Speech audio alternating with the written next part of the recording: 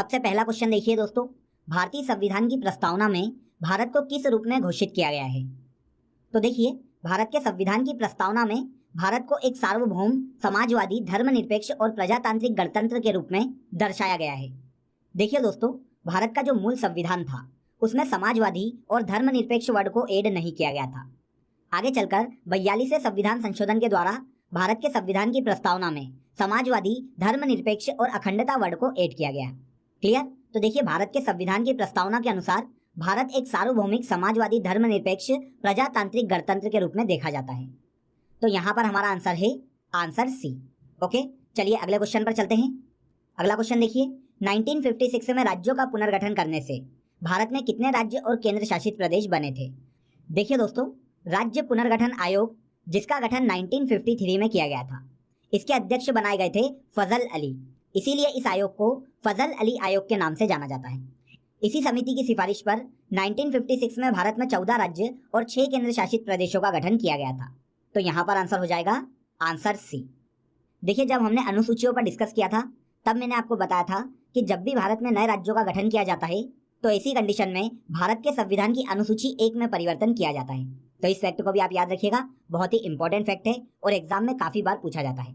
Okay, आगे देखिए, भारत में संघ राज्यों का प्रशासन होता है।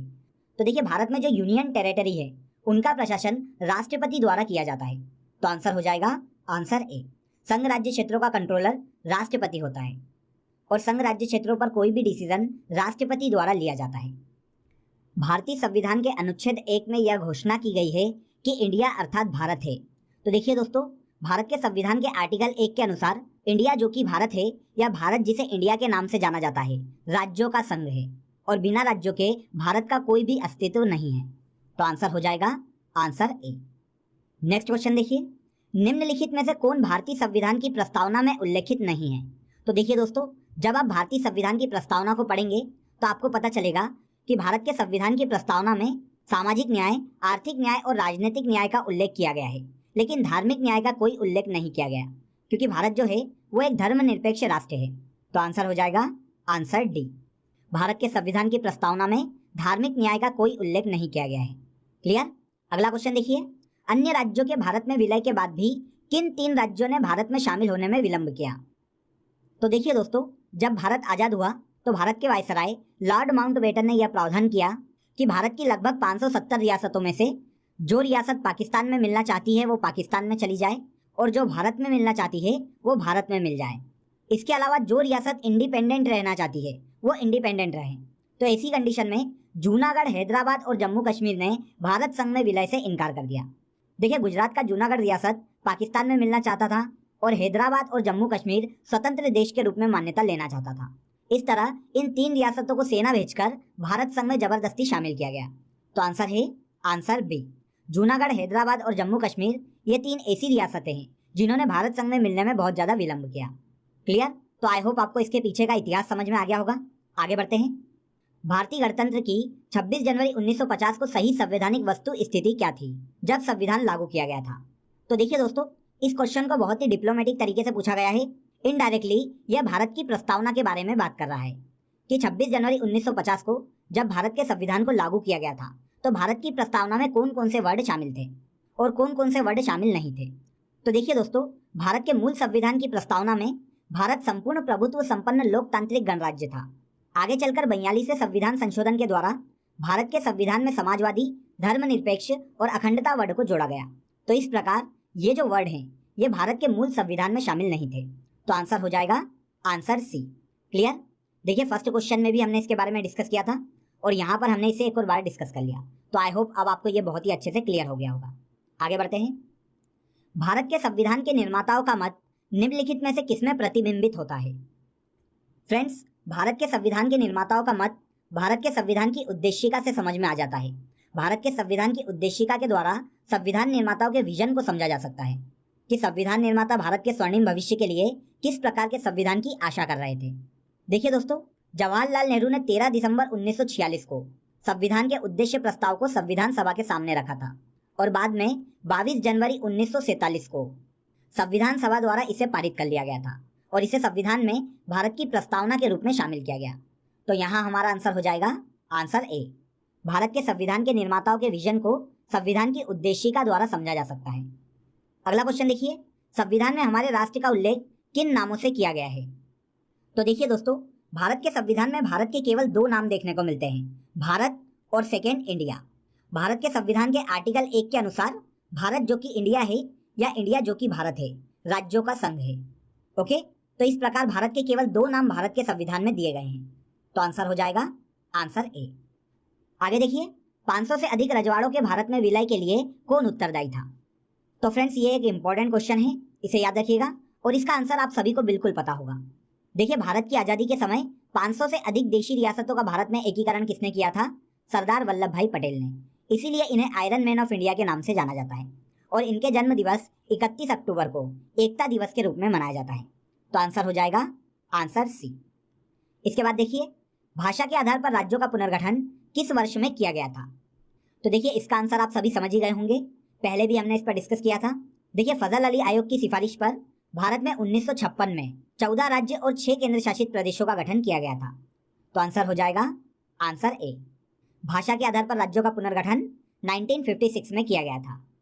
अगला क्वेश्चन देखिए, प्रथम भाषाई राज्य किसे बनाया गया था?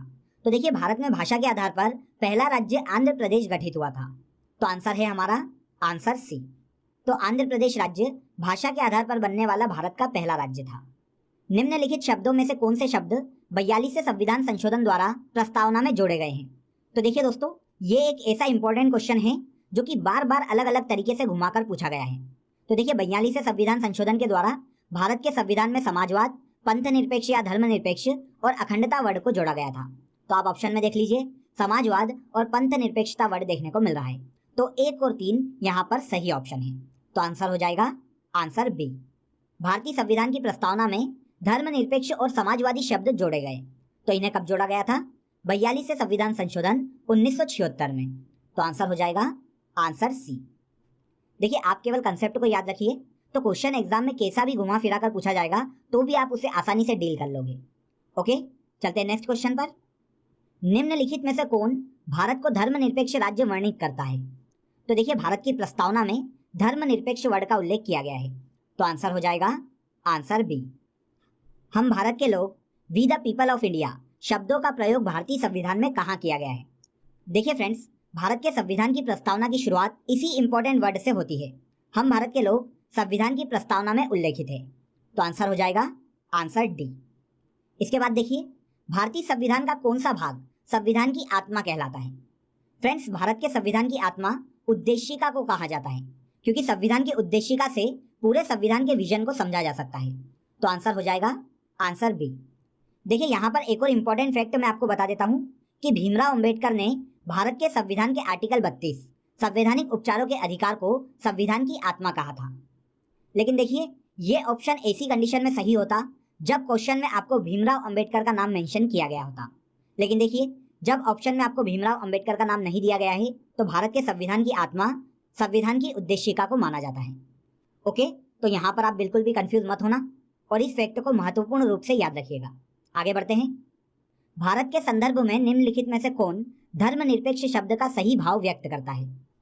देखिए, भारत के संविधान की प्रस्तावना में जो धर्मनिरपेक्ष वर्ड दिया गया है, इसका अर्थ होता है कि भारत में राज्य का कोई भी धर्म नहीं है। मतलब सरकार द्वारा किसी भी धर्म को विशेष संरक्षण नहीं दिया जाएगा और सरकार की नजरों में सभी धर्मों को एक समान रूप से देखा जाएगा। तो इस प्रकार धर्मनिरपेक्ष का मतलब होता है कि राज्य का कोई भी निश्चित धर्म नहीं है। तो आंसर हो जाएगा आंसर डी। अगला क्वेश्चन देखिए, संवैधानिक प्रावधानों के अनुसार राज्यों की सीमाओं को बदलने के लिए किसकी सहमति आवश्यक है? तो देखिए दोस्तों, भारत के संविधान के भाग 1 में यह प्रावधान किया गया है कि संसद किसी भी राज्य की सीमा में परिवर्तन कर सकती है और इसकी जानकारी संबंधित राज्य को पहले ही दे दी जाएगी। लेकिन देखिए, संसद को उस राज्य की सहमति से कोई लेना देना नहीं जिस राज्य की वो सीमाओं में परिवर्तन करने जा रहा है। तो इसी कंडीशन में राज्य की सहमति की कोई आवश्यकता नहीं है। तो आंसर हो जाएगा आंसर डी। केवल फॉर्मेलिटी के लिए उस राज्य को खबर दे दी जाएगी कि उस राज्य की सीमा में परिवर्तन किया जा रहा है। क्लियर? अगला क्वेश्चन देखिए, संविधान के निम्नांकित में से किस प्रावधान के अंतर्गत भारतीय संसद को नया राज्य बनाने का अधिकार दिया गया है? तो देखिए दोस्तों, भारत के संविधान के आर्टिकल 3 में भारत संघ में नए राज्य के निर्माण व वर्तमान राज्यों में परिवर्तन का अधिकार संसद को दिया गया है। लेकिन देखिए, आर्टिकल 2 भी आर्टिकल 3 से ही मिलता जुलता है, लेकिन इसमें एक छोटा सा डिफरेंस है। देखिए आर्टिकल 2 के अनुसार उन राज्यों को जो कि भारत संघ का हिस्सा नहीं है उन्हें भारत में शामिल किए जाने का प्रावधान है, लेकिन भारत के अंतर्गत नए राज्यों का गठन आर्टिकल 3 के तहत किया जाता है। तो आंसर हो जाएगा आंसर सी। निम्नलिखित में से किसको राज्यों की सीमाओं को परिवर्तित करने की शक्ति प्राप्त है? देखिए फ्रेंड्स, भारत के संविधान के आर्टिकल 3 के तहत संसद किसी भी राज्य की सीमाओं में परिवर्तन कर सकती है। तो आंसर हो जाएगा आंसर ए। इसके बाद देखिए, संविधान के किस अनुच्छेद के तहत नए राज्यों के गठन को आर्टिकल 368 के तहत संशोधन नहीं माना जाएगा? देखिए संविधान का आर्टिकल 4 जो है, इसमें यह उल्लेख देखने को मिलता है कि संसद आर्टिकल 2 और 3 के तहत राज्यों की सीमाओं में परिवर्तन कर सकती है और किसी भी नए राज्य का गठन कर सकती है, और संसद द्वारा यह परिवर्तन दोनों सदनों में केवल साधारण बहुमत द्वारा किया जा सकता है, और इसे आर्टिकल 368 के तहत संविधान संशोधन नहीं माना जाएगा। तो आंसर हो जाएगा आंसर डी। संविधान का आर्टिकल 4 यह उपबंध करता है कि संसद जो नए राज्यों का गठन कर रही है उसे आर्टिकल 368 के तहत संशोधन नहीं माना जाएगा। ओके, अगला क्वेश्चन देखिए, एक नया राज्य बनाने में संवैधानिक संशोधन के लिए कैसा बहुमत चाहिए? तो देखिए ऊपर अभी जस्ट मैंने आपको बताया है कि जब भी नए राज्य का गठन करना है तो दोनों सदनों में केवल साधारण बहुमत की आवश्यकता है। तो आंसर हो जाएगा आंसर ए। ओके, उम्मीद करता हूं कि यहां तक के सभी क्वेश्चन आपको बहुत ही अच्छे से समझ में आए होंगे। आगे बढ़ते हैं। निम्नलिखित में से कौन सा कथन नए राज्यों के निर्माण के बारे में सही नहीं है? तो चारों ऑप्शन देख लीजिए। संसद विधि द्वारा एक नए राज्य का निर्माण कर सकती है, तो ये ऑप्शन बिल्कुल सही है। सेकंड देखिए, इस प्रकार की विधि में संविधान की पहली अनुसूची और चौथी अनुसूची में संशोधन किया जाएगा, ये भी सही है। तीसरा देखिए, इस प्रकार की विधि को अनुच्छेद 368 के प्रयोजन के लिए संविधान संशोधन समझा जाएगा। तो देखिए दोस्तों, आर्टिकल 4 के तहत नए राज्यों के गठन को संविधान संशोधन नहीं माना जाता। तो आंसर हो जाएगा आंसर सी। अगला क्वेश्चन देखिए, यदि भारतीय संघ में एक नए राज्य का सृजन किया जाना है तो संविधान की किस अनुसूची का संशोधन आवश्यक होगा? तो ऑप्शन देख लीजिए, आपको आंसर समझ में आ जाएगा। तो आंसर हो जाएगा आंसर डी। जब भी नए राज्यों का गठन किया जाना है तो पहली अनुसूची में संशोधन किया जाएगा, क्योंकि भारत के संविधान की पहली अनुसूची में संघ और उसके राज्य क्षेत्र का उल्लेख किया गया है। अगला क्वेश्चन देखिए, भारत में एक नया राज्य सृजित करने वाले विधेयक को पारित होना अनिवार्य है। तो देखिए, जब भी किसी नए राज्य का गठन किया जाता है तो संसद द्वारा वह विधेयक कैसे पारित किया जाएगा? तो वेरी सिंपल, साधारण बहुमत द्वारा संसद में उस विधेयक को पास किया जाएगा। तो आंसर हो जाएगा आंसर बी। नेक्स्ट क्वेश्चन देखिए दोस्तों, नए राज्य के गठन की शक्ति निहित है। तो फ्रेंड्स, यहाँ पर आप समझ ही गए होंगे कि एक ही कॉन्सेप्ट पर क्वेश्चन को अलग अलग तरीके से पूछा गया है। तो नए राज्यों का गठन संसद द्वारा किया जा सकता है। तो आंसर हो जाएगा आंसर ए। इसके बाद देखिए, निम्नलिखित में से कौन एक नए राज्यों के निर्माण के लिए संवैधानिक उपबंध नहीं है? तो यहाँ पर आप चारों ऑप्शन को देख लीजिए। किसी राज्य का क्षेत्र बढ़ाकर नए राज्य का गठन किया जा सकता है, बिल्कुल सही। किसी राज्य का क्षेत्र घटाया जा सकता है, बिल्कुल सही। किसी राज्य का नाम परिवर्तित किया जा सकता है, बिल्कुल सही। कोई एक राज्य संघ राज्य क्षेत्र शामिल कर सकता है, तो बिल्कुल गलत है। किसी भी राज्य में संघ राज्य क्षेत्र को शामिल नहीं किया जा सकता। तो आंसर हो जाएगा आंसर डी। अगला क्वेश्चन देखिए दोस्तों, यहाँ पर आपको कथन और कारण दिए गए हैं और फिर आपको यहाँ पर ऑप्शन का जवाब देना है।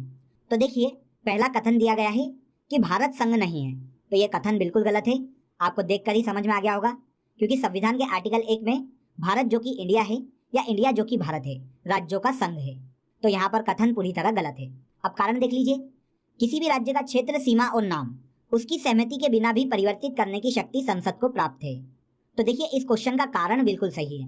मैंने आपको पहले भी बताया था कि जब भी संसद को किसी भी राज्य की सीमा में परिवर्तन करना है तो संबंधित राज्य से अनुमति लेना आवश्यक नहीं है, केवल फॉर्मेलिटी के लिए उस राज्य को इन्फॉर्मेशन दे दी जाएगी। तो आंसर हो जाएगा आंसर डी। इस क्वेश्चन के कथन और कारण का ए गलत है और आर बिल्कुल सही है। ओके फ्रेंड्स, लास्ट क्वेश्चन देखिए, भारतीय संघात्मक व्यवस्था के संदर्भ में। तो पहला कथन देखिए, भारतीय संविधान के अंतर्गत राज्यों को संघ से अलग होने का अधिकार नहीं है। तो देखिए, ये बिल्कुल सही है, क्योंकि भारत का कोई भी राज्य भारत संघ से अलग नहीं हो सकता। सेकंड देखिए, अलग होने की मात्र वकालत करने पर अभिव्यक्ति की स्वतंत्रता की सुरक्षा मिलेगी। तो ऐसा बिल्कुल नहीं है। अगर भारत के किसी भी क्षेत्र में कोई भी व्यक्ति भारत संघ से किसी भी भारतीय राज्य को अलग होने की बात करता है तो उसे देशद्रोह का मामला माना जाएगा। तो ये कथन बिल्कुल गलत है। ऐसी कंडीशन में नागरिक को अभिव्यक्ति की स्वतंत्रता नहीं दी जा सकती। तो यहाँ पर केवल पहला कथन ही सही है। तो आंसर हो जाएगा आंसर ए। क्लियर? तो देखिए दोस्तों, यहाँ पर हमने भारत के संविधान की प्रस्तावना और भारत के संविधान के भाग 1 संघ और उसके राज्य क्षेत्र से संबंधित जितने भी इंपॉर्टेंट क्वेश्चन एग्जाम में पूछे जाते हैं उन सभी पर डिस्कस किया है और उम्मीद करता हूँ कि आपको सभी क्वेश्चन बहुत ही अच्छे से